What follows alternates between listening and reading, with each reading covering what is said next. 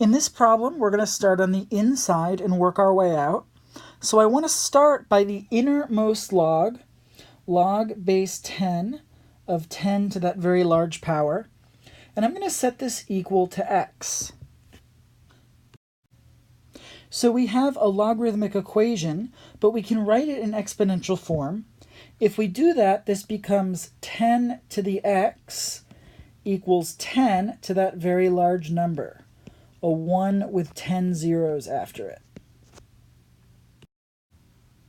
And because we have powers of 10 on the left and right that are equal to each other, we know that the exponents have to be equal.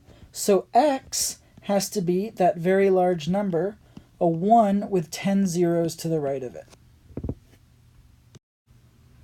And we can plug this into the original expression. This gives us a new expression that only has 2 logarithms in it.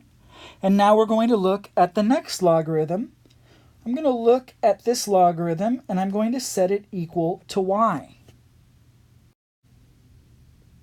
We now have another logarithmic equation, and we can write it in exponential form. If we do that, this becomes 10 to the y power equals that big number, 1 with 10 zeros after it. But because it's a 1 with 10 zeros after it, we know that it's actually 10 to the 10th power. So this becomes 10 to the y equals 10 to the 10th power. And by the same reasoning we used before, those exponents have to be the same, so we end up with y equals 10.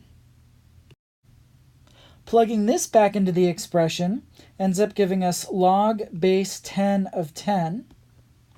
And if we decide to let this be z, and we write it in exponential form, this is 10 to the z equals 10. But 10 is the same as 10 to the first, and so in the end we see that z equals 1. But z is the value of that outermost logarithm, so we know that our final answer is 1, which ends up being answer choice B.